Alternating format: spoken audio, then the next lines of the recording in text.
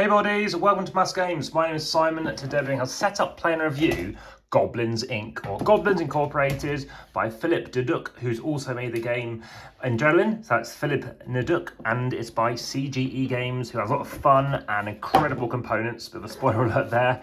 So in this game we represent teams. It's a team game, but you can play it solo, you can play it as a two. We'll kind of be showing you more as a two-player game, just to kind of speed it along slightly, and you can play it as a three as well.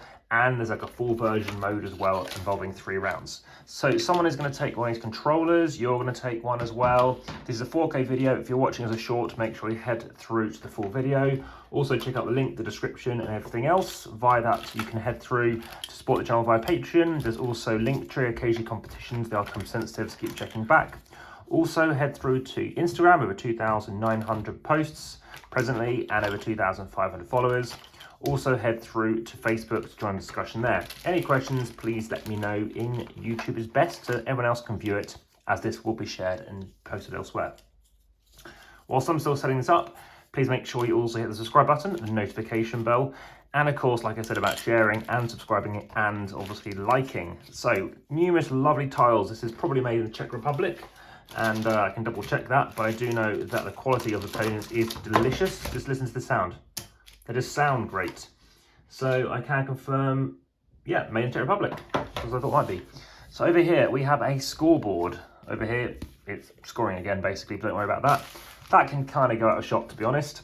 You're gonna need a goblin, so choose your color. And if you're playing as a team, obviously you're gonna have your team color out as well.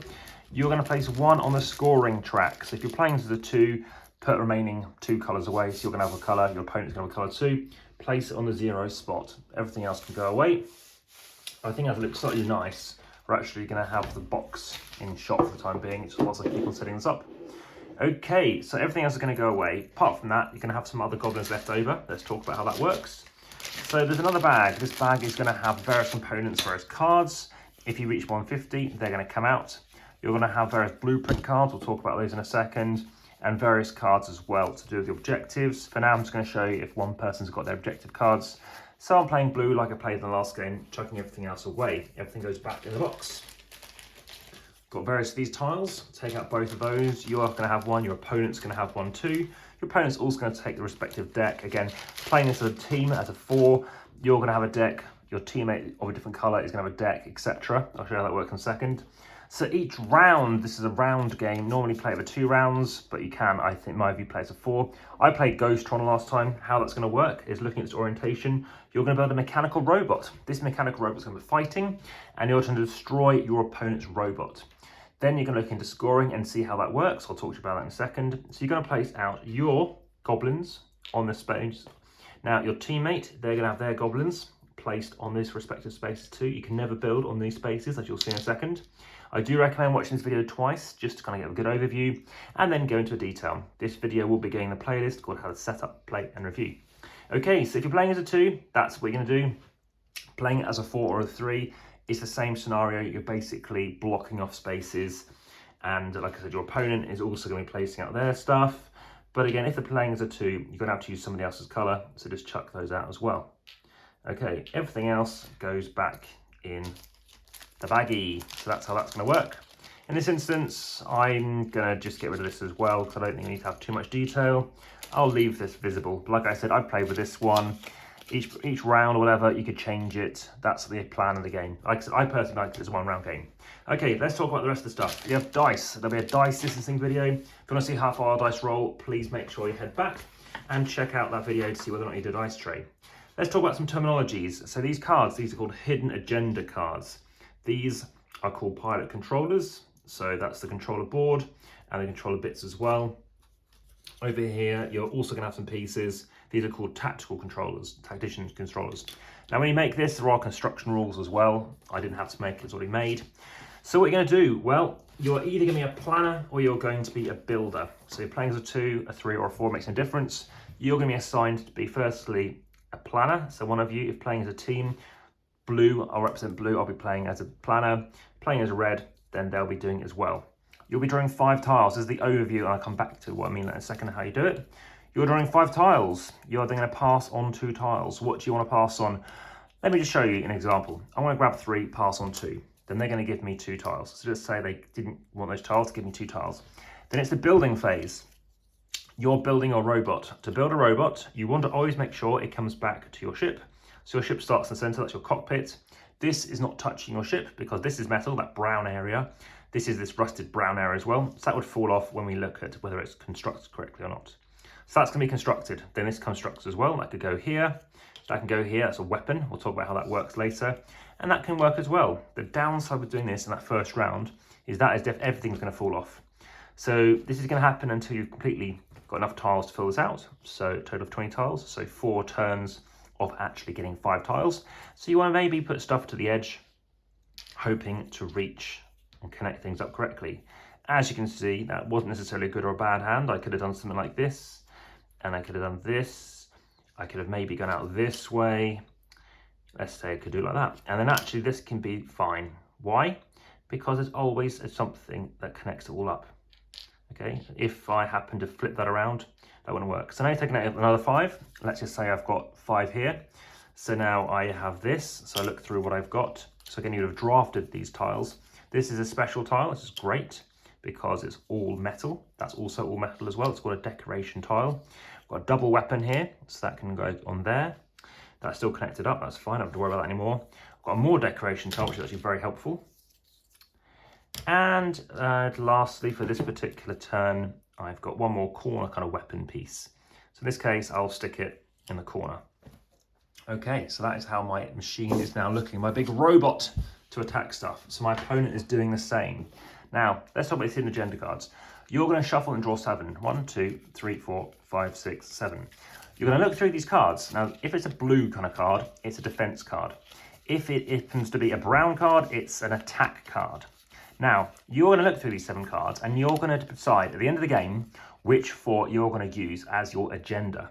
So in this case, I want to be collecting, in this case, of my ship, because it's a defense card, I want to have these certain tokens, the ones which are decoration tiles.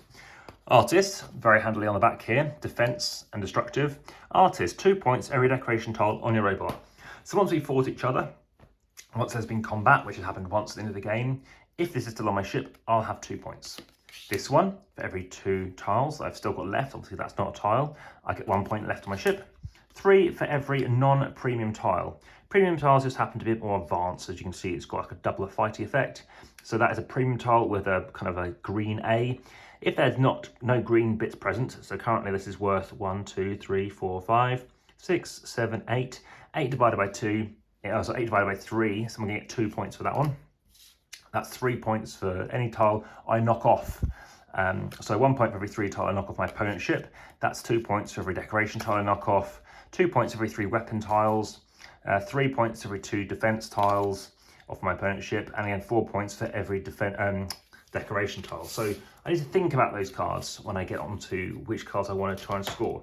So keep doing that, like I said, until we've got to our total amount of turns done. So we're going to have 20 tiles. They may or not all be placed.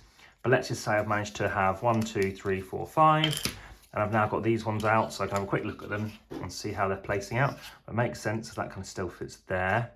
Maybe that joins up, so that works. Could go the other way around. I've got a corner piece here. I've got more defense tiles, I've got more decoration tiles. So there you go, that goes in the corner. I've got this saw going on here. I've got that.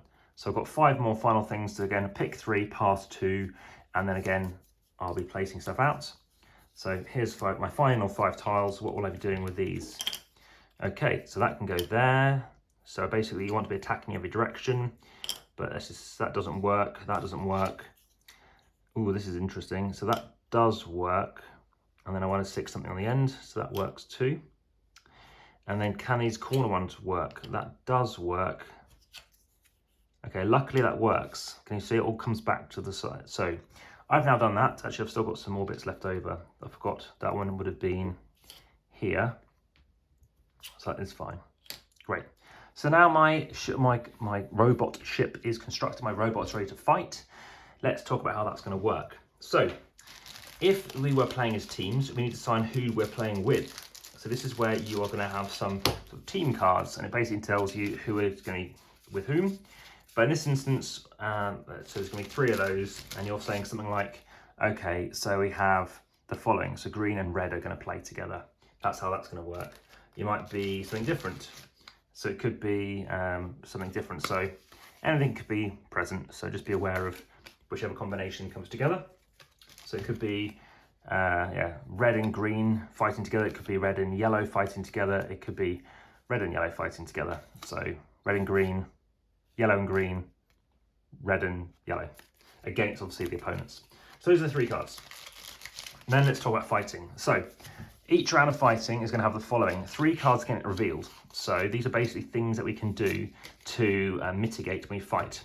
So when we fight, you can actually have things moved around on your ship. So before we declare how we're going to fight, you can say, okay, well, I want to move something around, so Crane picks a piece up if it legally can and move it and swap it around. We have homing, which basically lets you to have a die and be a certain value, as long as you didn't roll a blank. So blank 1, 2, 3, 4, 5 are the options. Nitro, that's another option. All this is on the back of the rule book, by the way, as well. So Nitro lets you reroll one of your or all of your dice. Again, more Crane options over here, and Sabotage. So Sabotage lets you roll an extra die. So let's say I'm black, so I'm going to be rolling the amount of dice. So what am I going to do? You are now going to see how many engines I've got on my ship. I've got 3 engines. Now, I can choose to, currently I'm firing in this direction, and my opponent is here, and currently my ships are firing this way. So I could spend nothing and have them firing straight forward. The downside is if I don't choose to turn my ship direction, I need to lose a die. Currently, my amount of weapons I can have up to 5. I have 1, 2, 3, 4, 5. So this is really good right now. I can roll 5 dice, -1. The fact is that I'm not turning my ship, and also I can maybe use my Sabotage to add another die up, something like that. Or I could turn my ship. So that means turning my ship 90 degrees, and then what happens is I can choose how I want to fire it. Now I've got 3 engines, so I could completely turn it around, and I could maybe fire 1 ship, maybe fire that way for 2. So let's just say I don't turn my ship, so I lose a die, to show you how that works, and then I want to fire that way. So that means I happen to be having 5 dice, -1, but I'm then going to pick Sabotage or an extra one, not move stuff around. So I'm rolling 5 dice, attacking in this direction. That means they're firing off this direction. So this ship is kind of firing, and it's going to be attacking on this side. Now, some people get confused by that. I've checked online, but basically it's firing and looping around and attacking them on that side. Whereas if it was pointing in this direction, I'm firing off and it's shooting and attacking that direction. That side is straightforward, and if I'm doing that way, it's going to loop around and hit the back of their ship. Okay, so I'm firing this direction and it's going to hit their side of the ship. Just imagine it's my ship that I'm attacking. I'm going to roll 5 dice. That determines where I'm actually attacking. So remember, I was pointing at this side, so I'm using 5 dice. That would have been 4, but the Sabotage goes back up to 5 because it's 5 -1 for not moving and then attacking the side. So you place them next to where they're attacking. 3, a 2, a 4, and actually 2 more 4s. So how does this work? Well, first we take off our people. They can go back in the bag, or basically for your next round, and then you're going to see actually how much damage you're doing. So that damage always hits. Now, one thing I hadn't put out is the armor tiles. So the way armor tiles work is whatever it's touching next to, you're placing a piece of armor. This one would have a piece as well. In this case, there is actually nothing against it, so I don't think that you can get one. This one wouldn't get one either, so you might want to flip this around. In fact, I might want to do it. This is where the crane could be useful to move a piece around. So that would be fine, because then it works like this. Some of a double armor piece. So if I did do that crane option, let's say I just picked one of them though, then that would mean the tile it's next to is also protected. So a total of 2 pieces of armor go down. So I'm attacking it, but imagine this was my opponent's ship. Then I will do a damage here. That takes off 1 armor piece. This attacks 1 piece. And then that goes. And then these attack 3 times on the 4 position. So that's 1, 2, 3. And this is a great example because this is no longer connected to the ship. All of this is lost as well.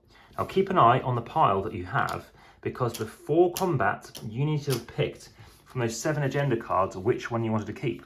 So wherever I put my cards, this is important to know, because knowing that I've now lost lots of non-premium cards, if I knew that my ship was quite vulnerable like this, maybe I wouldn't have kept that card. So of the 7, you need to make sure to pick 4 of them. And that's how you're then going to determine how I did. So imagine this is my opponent's ship, And did I get any special tokens? I did. I got a few decorative tokens, as you can see. So I might want to pick this one, because that's immediately 2 4 points. There's some more available here, because now the ship's very vulnerable. So make sure you have to pick first. Lastly, in the center, you actually, when I said about put your goblins away, you don't put them away, you put them on your ship. So I'm going to grab orange for a second. You're going to put your 2 people on there. Now combat ends after 4 rounds, or if you've now actually exposed up to the hull of obviously the cockpit, and you can attack it, and once it can hit here, obviously with your die being a 3, you remove 1 goblin. If you hit another attack, that moves another goblin, and now you've won combat, you've done this. It doesn't get any points, apart from the fact that you've got your 4 agendas. And lastly, among these various cards, some of them include, and I played in my last game, a certain card which looks like this, a snitch or a star card, which means when you reveal your 4 cards, as long as it's orientated towards your opponent. Star means if you were thinking you were going to win the battle or combat, you get 4 points. If you think you're going to lose the battle, you gain 4 points. I thought I was going to lose, and I did lose, because I had fewer tiles left, etc. So I gained 4 points, which was a big bump on my score. And it didn't actually cause me to win the game. I happened to win by 1 point without it, but it was still obviously making it very close. And obviously it's taking away from winning from other points as well. So those cards are called betting cards. So you have destructive agendas, defensive agendas, and betting agendas. And that is the game. Like I said, very fun, lots of laughter going on. It's, like I said, great components. I think it only needs 1 round, as I mentioned. I think that's a big factor to it. I think if you were to play it, once you've destroyed a ship, just the idea of then having to reset and do it, again, each round you're placing out new cards. And how those cards work, well, you can only pick 1, and you only determine what you're going to pick in advance. So you have these identical looking machines, which I'll give you what the term is for these as well. So these are what are known as tactical controllers. So you're either going to be pointing it left, pick the leftmost one, the rightmost one, or the center one. So you're going to have this to the other side, and then 3, 2, 1, reveal. That's telling you which one you're planning to do. So you're planning to do the crane, which means moving something around, and then basically guaranteeing yourself a hit. Unless if you rolled a 0, that wouldn't work. This one means you can re-roll everything if you want to. So that's important, because you could try and roll exactly a 3 to penetrate and hone in on trying to get that win, because you might get 4 points in combat, but actually more points are available if you knock down a ship. And to knock down a ship, you're more likely to go maybe for those 2 and 4 ranks, I guess.